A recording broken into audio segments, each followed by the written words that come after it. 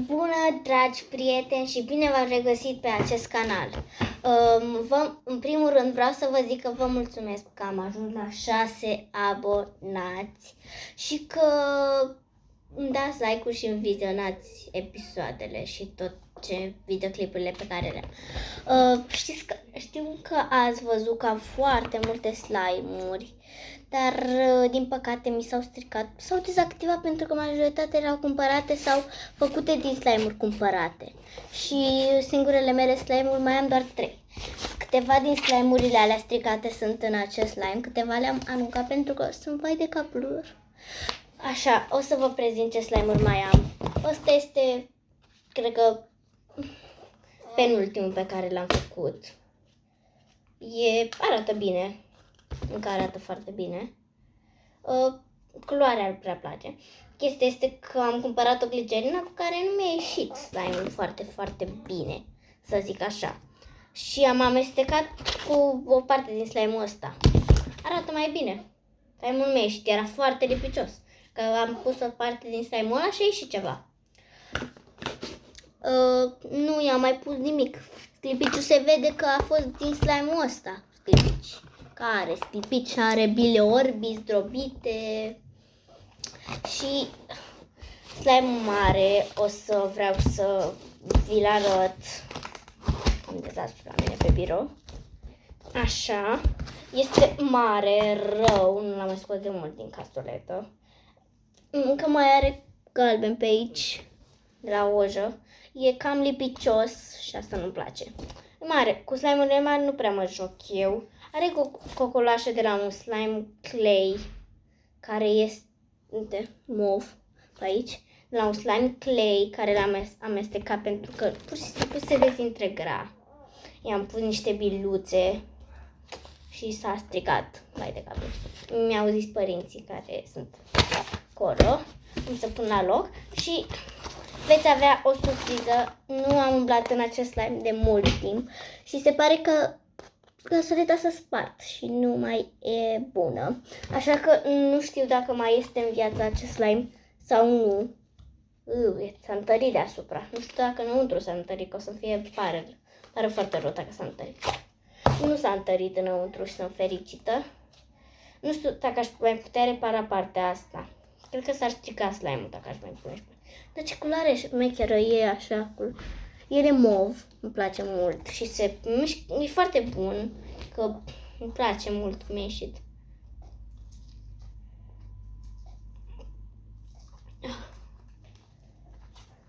Mai avem un slime. Dacă îl mai am, ce-am făcut cu el, dar ar trebui să-l mai am. Unul cumpărat, care, din fericire, nu s-a stricat. Uitați, am scos pentru că partea asta o să o arunc, pentru că o să-mi strice slime-ul și o să-mi pară rău. Pară rău pentru că foarte curând n-am mai postat de foarte mult timp. Știind că n-am mai avut oricum timp, am început școala, dar acum iar am intrat online.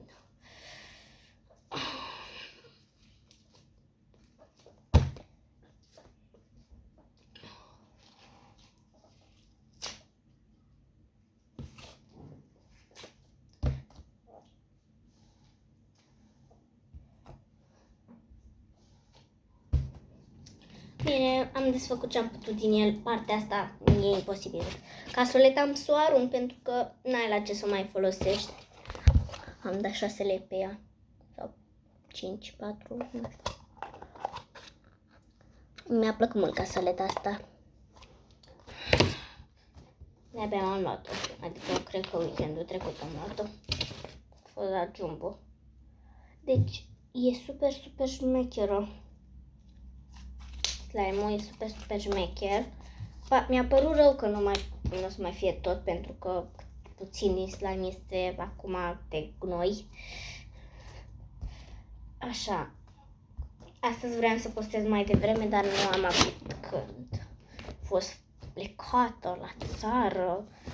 Și vreau să vă spun ceva. Dacă vom face 20 de abonați sau mai mult chiar, mă voi vedea. voi face cel mai mare slime. Voi face un slime enorm de mare. Și voi face toate cerințele care mi le cereți pentru slime. Fă un slime mov, fă un slime culoarea aia, fă un slime culoarea aia. Și voi face pentru voi. Dacă vom face 20 de abonați sau mai mult, 30. Nu văd cel mai mult, adică este ușor, am acum 6 abonați. Dacă facem mai mult, mai multe like-uri, s-ar putea să ajungem. Uite, dacă facem 100 de like-uri și 20 de abonați, fac cel mai mare slime. Și fac toate slime-urile pe care le vreți. Ce culoare vreți? Fă un slime cât, nu știu, fă un slime super mare, nu știu, îmi dați voi chestii de-astea și eu le voi face. Puteți să mai ziceți, cumpărați un squishy, cumpărați nu știu ce, cumpărați nu știu ce. Da, nu foarte scump. Puteți să-mi scrieți de acum în comentarii, după ce vă abonați, să-mi scrieți de acum ce ați dori și văd dacă pot să fac. Dacă îmi cresc abonații, fac. Așa, deci v-am arătat slime-urile. O secundă să caut slime-ul acela. Bine, din păcate nu l-am găsit, dar am să-l mai caut. Sigur nu l-am amestecat sau ceva. Deci îmi place mult nuanța asta așa de mov, vedeți? Ca să aproape de cameră.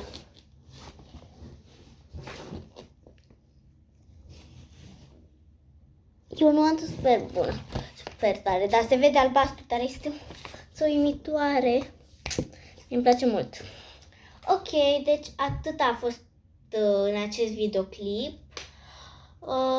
O să ne revedem în acest videoclip. O să ne revedem în alt videoclip.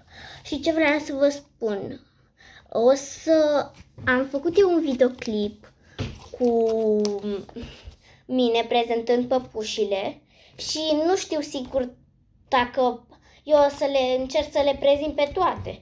Acum nu stau să mă uite, asta am prezentat-o, asta nu am prezentat-o. Le prezint pe toate care le găsesc. Bine, o să fie dor de voi, dar pa! Facem 100 de like-uri și 20 de abonați. Pa!